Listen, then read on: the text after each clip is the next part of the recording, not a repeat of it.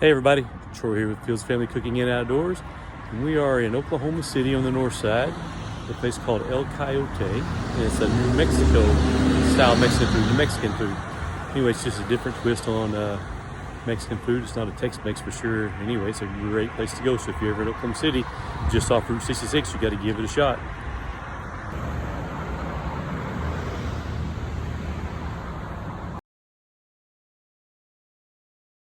El Coyote in Oklahoma City.